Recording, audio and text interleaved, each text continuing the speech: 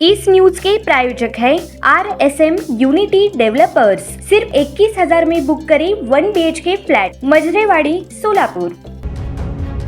सोलापूर शहरात सायबर गुन्हेगारांनी या वर्षात 6 जणांना जादा नफ्याचे आमिष दाखवून सुमारे 5.25 कोटींची तर तिघांना अटकेची भीती घालून डिजिटल अरेस्ट करून 70 लाख रुपयांची फसवणूक केली।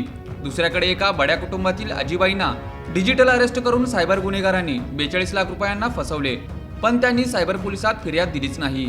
समोरील व्यक्तीची मानसिकता ओळखून सायबर गुन्हेगार सावजाची चाचपणी करतात। त्यात अनेकांना सायबर गुन्हेगार शेअर मार्केटमध्ये पैसे गुंतवण्याच्या अनुषंगाने आमिष दाखवतात, तर काहींना डिजिटल अरेस्ट करून त्यांच्याकडील रक्कम लुबाडतात। या पार्श्वभूमीवर नागरिकांना सायबर पोलिसांनी वारंवार आवाहन केले, तरी देखील फसणाऱ्यांचे प्रमाण कमी झालेले नाही। सायबर गुन्हेगारांचे फंडे समोरील व्यक्तींनी ओळखून त्यांच्या आमिषाला बळी पडू नयेत, असे आवाहन सोलापूर शहर सायबर पोलीस ठाण्याचे वरिष्ठ पोलीस निरीक्षक श्रीशैल गजा यांनी केले आहे।